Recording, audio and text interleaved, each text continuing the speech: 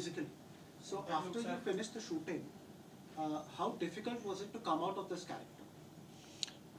I think मेरे साथ बहुत चीज़ें इस कैरेक्टर की गई हैं मुझे actually I don't want to come out of it because I think it's a lot to do with the will to succeed lot of discipline lot of you know चाहे वो मेंटली जिस space में रहा हूँ या फिर physically जिस space में रहा हूँ आई think it's all been very nurturing very something which has given me so much positivity in life and I feel ये ये मैं जाने भी नहीं देना चाहूँगा आई think the life style that I was living for the last 2 years वो life style आगे भी अपना के रखना चाहूँगा और साथ ही साथ जो जो मेरा नेवर गिविंग अप एटीट्यूड वो शायद पहले भी था जिस तरीके से आज तक मैं जिया हूँ लाइफ को लेकिन इस फिल्म ने मुझे और भी ज़्यादा उस चीज़ को वैलिडेशन की तरह दिया है because I knew somewhere down the line जब मैंने पहला नरेशन सुना था तो मुझे इनकी कहानी जब पता लगी थी तो मैं ऑलरेडी उस चीज़ से बहुत इंस्पायर हो गया था कि जिस तरीके की विल टू सक्सीड इनके अंदर है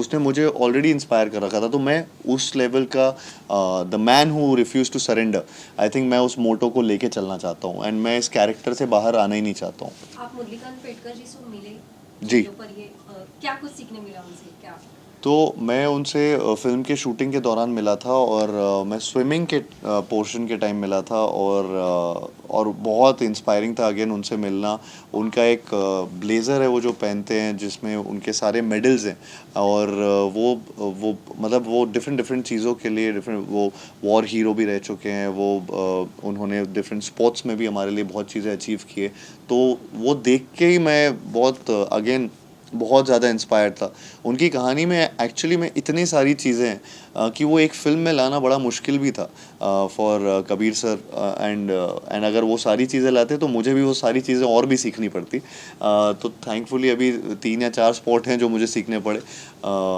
बट उनसे मीटिंग करके मुझे वो देख के मैं बहुत इंस्पायर हुआ प्लस उनने जब स्विमिंग देखी तो उन्होंने मुझे अगेन जिस तरीके से इंस्पायर करने के लिए कहा या कैसे लेकिन उनको लगा कि मेरी स्विमिंग उनकी तरह थी and I was so happy with just that one compliment that he gave me and I felt कि 2 साल की पूरी मेहनत ये मेरी रंग लगी क्योंकि जिनके लिए जिनकी ऊपर ही आधारित है उनको ये ऐसा लगा।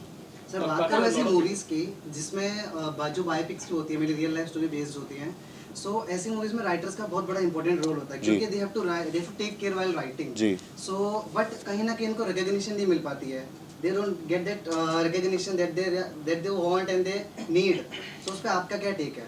देखिए मेरी जितनी भी फिल्में मैं करता हूँ उसमें मैं हमेशा और जब से मेरे पास फिल्मों के ऑप्शंस आने चालू हैं मेरा बेसिक इंटेंट यही रहता है कि फ़िल्म की राइटिंग करेक्ट रहे और वो सबसे पहला पिलर होता है फ़िल्म के लिए जिसके ऊपर सब कुछ बेस्ड होता है एंड इसलिए मेरे लिए तो वो बहुत ही बड़ी इम्पोर्टेंट चीज़ होती है एक राइटर और उनका जो सुर है फ़िल्म का अब उनका जो इनफैक्ट चाहे वो क्रेडिट हो चाहे वो उनके बारे में बातें हो मैं हमेशा कभी we don't shy away from that and we want them to always get that और ऐसे बोलने में भी थोड़ा अजीब लगता है ये चीज़ क्योंकि वो सबसे मेन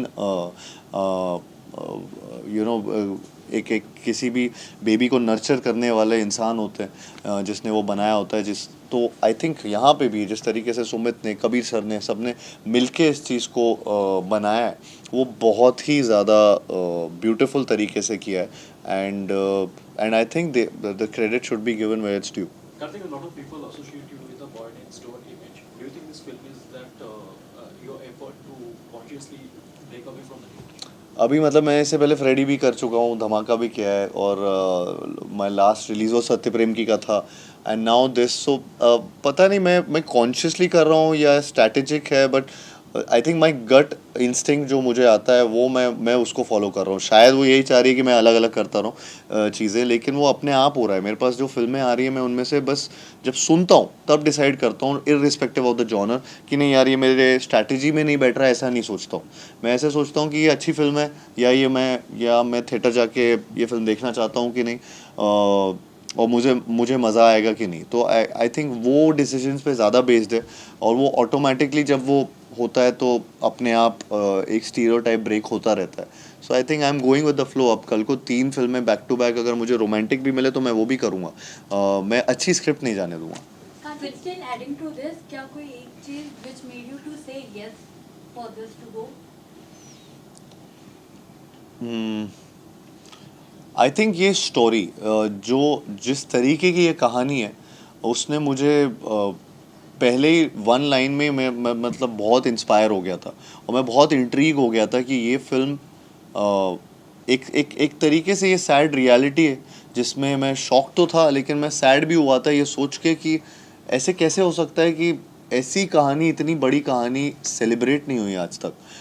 तो वो चीज़ ने मुझे बहुत एक आई थिंक इंस्पायर किया, और मुझे 100% मतलब श्योरिटी दी कि ये फिल्म तो, इसकी कहानी तो सब तक पहुंचनी चाहिए। And I think that was one main reason जिसकी वजह से ये फिल्म में पहला मेरे दिमाग में यस आया। फिल्म में हेमांगी कवि, आरोह विलणकर मराठी एक्टर्स भी हैं, और खुद मुरलीकांत पेटकर सातारा से थे, महाराष्ट्र थे। सो उसके लिए आपने कैसे प्रिपेयर किया? मेरा और उनके साथ काम करने का एक्सपीरियंस कैसा? आई थिंक मैं पूरी कास्ट का ही बोलूँगा, धन्यवाद बोलूँगा पूरी कास्ट को कि जिस तरीके से, और उसमें भी जिस तरीके से कबीर सर ने हम सबको कास्ट किया इस फिल्म में, वो बहुत ही यूनिक था। मैं बहुत मैक्सिमम लोगों के साथ फर्स्ट टाइम ही काम कर रहा था, एंड जिस तरीके की कास्टिंग है, जब आप फिल्म देखेंगे तो आपको वो उनकी यूनिकनेस समझ आएगी, क्योंकि वो बहुत ही एक अलग सा एक फैमिली रिलेशनशिप है, एक कोच और स्टूडेंट का एक रिलेशनशिप है। यहाँ पे इस फिल्म में बहुत ऐसे डायमेंशंस हैं, और वो बहुत ब्यूटीफुली अगेन रिटन है। सो आई फील कि ये मैं थैंकफुल हूँ पूरे कास्ट का हमारी, जिन्होंने एक्चुअली, जिनके काम की वजह से शायद मेरा काम भी और अच्छा दिखता है। एंड हमारे यहाँ पे बहुत सारे ऐसे डायलेक्ट सीन्स थे जिसमें डायलेक्ट, क्योंकि पूरी पिक्चर हिंदी में, लेकिन क्योंकि मराठी थोड़ा सा होना था तो उसमें बहुत डायलेक्ट का यूज़ हुआ है कि कहीं कहीं वर्ड्स की नहीं की जगह नहीं बोल दिया, चैम्पियन की जगह चैम्पियन बोल रहा है, चैम्पियन हूँ मैं की जगह है मैं। सो वो सारी चीज़ों में बहुत वर्क किया है, तो उस तरीके से डायलॉग को लिखा गया था और उसका सुर बनाया गया था। एंड तो वो सब चीज़ें मुझे बहुत हेल्प भी किए हैं to build a distinct character from what I have done before in any film. या Hardik, first of all huge congratulations for the Chandu Champion. जैसे कि Thank हमने you. देखा है कि हर चंदू एक चैंपियन है, तो मेरे फादर साहब का नाम है चंदू, सो of course champion for me. क्या कहना रहेगा, जिस तरीके से हमने आपके अक्सर फिल्मों में देखा है कि म्यूजिक का काफ़ी एक अच्छा प्रभाव रहा है, चाहे अभी इस फिल्म में प्रीतम दा कंपोज कर रहे हैं, सो आपका और प्रीतम दा का अच्छा खासा कॉम्बिनेशन हमने देखा है, जैसे कि चाहे वो भूल भुलैया हो, चंदू चैंपियन हो, या फिर इसके पहले भी बहुत सारे आपने प्रोजेक्ट में शेयरदादा हो, तो किस तरीके से आप इस म्यूजिक कंपोजिशन को देखते हो और किस तरीके से कॉम्बो आपको लगता है? आई थिंक बहुत ही अच्छा कॉम्पोजिशन किया, और ये पूरी एल्बम बहुत ही ज़्यादा अच्छी बनाई हुई है, जिसमें मेरा अभी रिसेंटली इनफैक्ट एक गाना लॉन्च हुआ जो सरफिरा गाना है, वो मुझे बहुत ज़्यादा पसंद है, उसकी मेलोडी। एंड इनफैक्ट वो फिल्म में जिस तरीके से, इसमें तो बॉडी ट्रांसफॉर्मेशन ज़्यादा दिखाया था सरफिरा में, लेकिन जिस तरीके से वो फिल्म में जब आता है वो बहुत इंस्पायर करेगा लोगों को, और वो बहुत मतलब गूज़बम्प मोमेंट है जब वो गाना आता है फिल्म में। मुझे लगता है कि उसके अलावा चैम्पियन जो सॉन्ग है, जो कि तू है चैम्पियन, वो तो एंथम बन चुका है, और वो आई थिंक बहुत ऐसे रेयरली आपकी फिल्म में ऐसे गाने आते हैं जो किसी भी सिचुएशन में कहीं ना कहीं आजकल, चाहे वो आप कोई ऐप खोलो, चाहे कहीं पे भी जाओ, आपको वो तू है चैम्पियन कहीं ना कहीं दिख जाता है किसी के उस पर फीड पे या किसी भी जगह पे। तो वो ऐसा सा गाना उन्होंने एंथम बना दिया है प्रीतम दा ने, जो बहुत ही आई थिंक हमारे फिल्म के लिए भी एक इम्पॉर्टेंट म्यूज़िक सॉन्ग रहा है। प्लस उसके अलावा आई थिंक सत्यानाश ने तो ऑलरेडी बहुत सारे सत्यानाश रील बन चुके हैं, उसमें बहुत चीज़ें हो चुकी, तो उसका तो मैं क्या ही बोलूँगा। बट दे आर ऑल, मैं जैसे जैसे ये नाम भी लेता जा रहा हूँ गानों के, वो सारे के सारे एक दूसरे से इतने अलग हैं, इतना अच्छा उनका कॉम्बिनेशन है। सो आई थिंक वो बहुत अच्छे से प्रीतम दा की वही क्वालिटी की एक एल्बम में वो डिस्टिंक्ट गाने बनाते हैं, और अभी तो सारे रिलीज़ भी नहीं किए एक्चुअली। सो वो बहुत ही अलग अलग गाने हैं पूरी फिल्म में, और आपको वो दिखेगा बस 2 दिन बाद। A Kartik lot of video biopics are not able to, create magic at the box office. So, how different is Chandu Champion from all the biopics we have seen, and is there pressure of Bollywood box office outcome? मुझे actually ये नहीं लगता, मुझे लगता है sir biopic की बात नहीं है और वो जॉनर की बात नहीं है, वो फिल्मों की बात होती है कि फिल्म चलती है या नहीं चलती है। वो ये नहीं होता कि ये जॉनर नहीं चलता। यही जॉनर में मैं 4 एग्जांपल दे दूंगा जो बहुत चलते हैं। एक नहीं चला होगा रिसेंटली तो उससे फिर दूसरे पे ज़रूरी नहीं है कि लोग वो देखना नहीं चाहते। अच्छे से बनाएंगे तो आई फील कि लोग जाएंगे। मैं भी वैसे ही देखता हूँ उन चीज़ों को कि सडनली अगर रोमांटिक फिल्म एक नहीं चलेगी तो इसका ये मतलब नहीं कि बाकी रोमांटिक फिल्म ना चले। वो जॉनर का नहीं होता कहने का मतलब है। वो आई थिंक मीनिंग वो है कि फिल्में चलती हैं या नहीं चलती हैं। तो आई फील कि इसमें और ये सिर्फ एक ये स्पोर्ट्स बायोपिक पहली बार तो नहीं है। ये एक्चुअली में एक जर्नी है किसी इंसान की जिन्होंने आप एक स्पोर्ट्स बायोपिक जब भी देखते हो तो एक स्पोर्ट देख रहे होते हो और उसी में सब कुछ होता है, उसकी हार उसकी जीत उस इंसान की।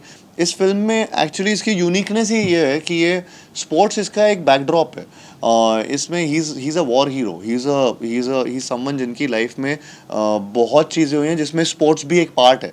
और उन्होंने स्पोर्ट्स में भी बहुत चीज़ें अचीव की। उन्होंने अपने सोल्जर वाले जब उनका एक एज ग्रुप था जिसमें वो सोल्जर थे, उसमें भी उन्होंने बहुत चीज़ें अचीव की हैं। उसके अलावा उनके लाइफ में क्या क्या हुआ, तो ये एक प्रॉपर एक जर्नी है एक इंसान की जिसमें बहुत अलग अलग चीज़ें हैं। तो मैंने कभी ऐसी बायोपिक ना देखी है ना सुना है इसके बारे में। इनफैक्ट वेस्ट में या बाहर ऐसी बहुत ऐसी फिल्में होती हैं जिनमें वो बहुत कम अचीवमेंट्स में भी ऐसे सेलिब्रेट करते हैं जो हम तक भी पहुंच जाती हैं वो फिल्में। लेकिन हमारे यहाँ इतनी ऐसी एक्चुअली में कहानियाँ हैं जिनके जो अनसंग हीरो हैं, जिनमें से मुरलीकांत पेटकर जी एक अनसंग हीरो हैं जिनकी कहानी एक्चुअली इंडिया का नाम बाहर तक रोशन किया है। उसको तो एक्चुअली में सबको जानना चाहिए। तो मुझे लगता है बहुत यूनिक कहानी है जिसमें वो रेसलर भी रहे हैं, जिसमें वो बॉक्सर भी रहे हैं, जिसमें वो स्विमर भी रहे हैं, जिसमें वो अलग अलग और भी स्पोर्ट्स से हम दिखाते तो इसके अलग अलग सीक्वल्स बनने पड़ते। तो वो इतना नहीं दिखा सकते। तो वो सब बेस्ट पोर्शन मिला के जो कबीर सर और मुरली सर को लगा कि ये करेक्ट है, आई थिंक वैसे करके ये फिल्म बनाई। तो ये यूनिक मुझे लगा, बहुत अलग किस्म का एक चाहे आप बायोपिक बोलें चाहे आप उसको एक human story, it's a story. ये ट्रायम्फ की कहानी है एक ह्यूमन स्पिरिट की, एंड विच आई थिंक सब लोग को रिलेट कर पाती है हर बार। Karthik, did you have any kind of emotional breakdown while shooting for the film? A lot of times actually मुझे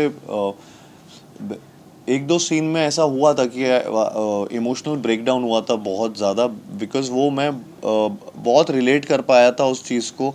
और कहीं ना कहीं मतलब मैं पर्सनल तो नहीं बोलूँगा लेकिन मैं वैसे बोलूँगा कि ये इनकी कहानी में ऐसे ऐसे मोड़ हैं, ऐसे ऐसे लो पॉइंट्स हैं जिसमें मुझे जेन्युइनली और मैं उस टाइम एक्चुअली उस कैरेक्टर के बारे में सोच रहा होता हूँ। तो मैं 2 साल से 1.5 साल से सिर्फ यही 2.5 साल से यही कैरेक्टर जी रहा था।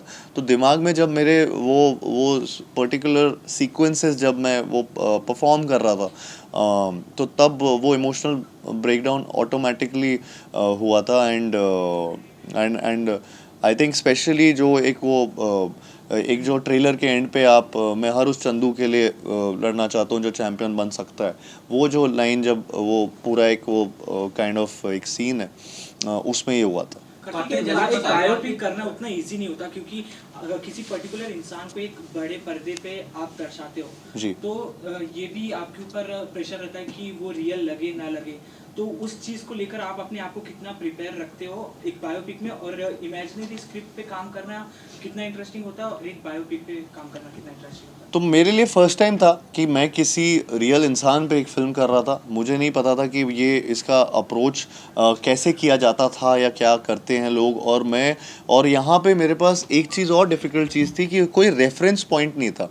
तो उनके बारे में जब भी कुछ सर्च करो तो इतनी ज़्यादा इमेजेस या इतना कोई वीडियो जिसको मैं फॉलो कर पाऊँ कि यंग मुरली अगर मैं प्ले कर रहा हूँ तो मेरे पास कुछ ऐसा रेफरेंस पॉइंट नहीं था। तो कबीर सर ने मेरे लिए वो चीज़ वो बहुत बड़ा डिसीजन था जो लिया गया था कि मुरली सर से मैं फिल्म से पहले नहीं मिलूँगा बिकॉज़ वो टाइम स्पेंड उनके साथ कर रहे थे और वो उनके साथ जो टाइम स्पेंड करके उन्होंने अपने नोट्स बनाए, वो नोट्स से हमारा पूरा डिस्कशन हुआ, एक कैरेक्टर बिल्डिंग सेशंस होते थे, एंड देन वो कैरेक्टर बिल्ड उन पॉइंटर्स पे किए, एंड उसके अराउंड फिर वो एक कैरेक्टर बनाया गया जैसा उनकी बातों से निकल के आ रहा था। और वो बहुत मुश्किल काम भी होता है क्योंकि वो वो अभी जिस एज में है उससे वो बचपन की बातों से लेकर यंगर डेज की सारी बातें याद करते थे। आई थिंक कबीर सर उनका एक फॉर्मेट है जिस तरीके से वो बायोपिक्स करते हैं, तो वो उन्होंने बहुत ऐसे उनसे नोट्स किए which took a lot of time also I think. And मेरा मेन डिफ़िकल्ट जो चीज़ थी वो थी कि to deconstruct my image, because मेरा इमेज एक्चुअली दिमाग में सबके शायद एक तरीके से बैठा हुआ है, सब मुझे जानते हैं, एक particular audience, set of audience मुझे एक तरीके से देखना भी पसंद करते हैं। तो वो डीकंस्ट्रक्ट करना, और मुझे यहाँ पे जो चंदू चैम्पियन में एक विदाउट रेफरेंस लोगों के दिमाग में डालना कि ये वो हैं, was a difficult task. And somewhere down the line अभी जितने रिएक्शंस आ रहे हैं थैंकफुली वो ऐसा लग रहा है कि कुछ सही चल रहा है। सर, ऐसी movies जैसे कि आपने बताया कि बहुत सारी तैयारियां की आपने, कुछ ऐसा था जो तैयारी नहीं करनी पड़ी, आप बाय डिफॉल्ट आपको आती थी? और इसमें एक भी चीज़ ऐसी नहीं थी, इसमें एक भी ऐसी चीज़ नहीं थी। मैं अपने आप को बहुत सोचता था कि मैं स्पोर्ट्स खेलता हूँ, मैं ये सब करता हूँ, क्रिकेट फुटबॉल सब आता है, लेकिन मैं जब इधर आया तो मुझे पता चला मुझे स्विमिंग करनी है, मुझे बॉक्सिंग करनी है, मुझे रेसलिंग करनी है। वॉर सीक्वेंस भी उन्हें 8 मिनट का वो सिंगल शॉट करना था। तो हर चीज़ मेरे लिए नई थी। बॉडी बिल्डिंग ट्रांसफॉर्मेशन वो पूरी तरह से करना था, तो सब कुछ मिलू के वो हर चीज़ ऐसी थी। ऐसा नहीं था कि इसमें मेरे मोनोलॉग्स हैं, या ऐसा नहीं था इसमें मैं कॉमेडी कर रहा हूँ या मैं रोमांस कर रहा हूँ। ये सारी चीज़ें मेरे से इवेड कर दी गई थी और मुझे एकदम ही नए एरिना में डाल दिया गया था। तो मैं बहुत डिस्कम्फर्ट में था, आउट ऑफ कंफर्ट जॉनर कर रहा हूँ, एंड आई होप कि इसमें भी वो एक्सेप्टेंस मिले, इसमें और लोगों को पसंद आए। Kartik One last standing question, one last ovation, question, standing sir. Since you are ovation the मिला है। torchbearer of the industry, when you sign a project or you're there in the process of the filmmaking, does the craft only bother you, or you think about the business part too? Torch bearer of the industry, no, I think it's a combination of both. I think producers को profit होना भी बहुत ज़रूरी है, and साथ ही साथ आपका एक जो पैशन है, जिस तरीके से आप फिल्म बना रहे हैं, वो क्रिएटिव सेटिस्फैक्शन भी आना चाहिए। तो ये दोनों चीज़ों का जब कॉम्बिनेशन होता है तो आई थिंक वो कंटेंट विद कमर्शियल सक्सेस, वो मैं उसकी तरफ ज़्यादा ध्यान देता हूँ। एंड आई फील कि मेरी पिछली कुछ चॉइसेस में या फिल्म्स में वो दिखता होगा आपको। एट लास्ट सर, जो चंदू चैंपियन के जो दर्शक वेट कर रहे हैं उनको क्या मैसेज देना चाहोगे?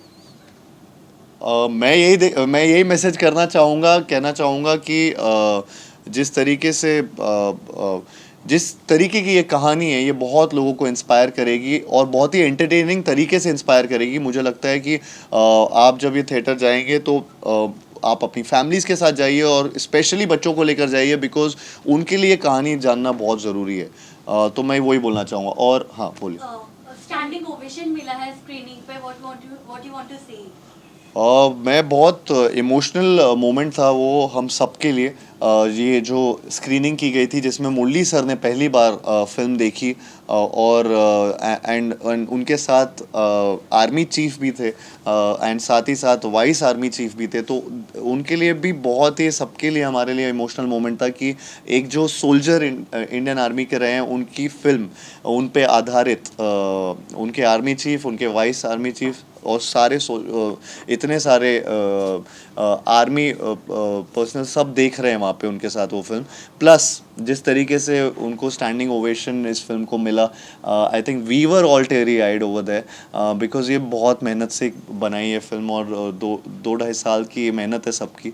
आई होप कि जिस तरीके का रिएक्शन, इवन मुरली सर वो आउट ऑफ वर्ड्स थे जब वो फिल्म देख के वहाँ पे उठे थे और बात करने की कोशिश कर रहे थे। तो तो मैं बस बोल सकता हूँ कि वो इमोशनल मोमेंट था हम सब के लिए and getting validation from them was a big thing.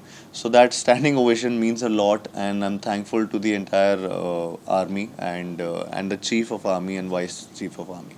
Thank you. Thank you so much. Thank you.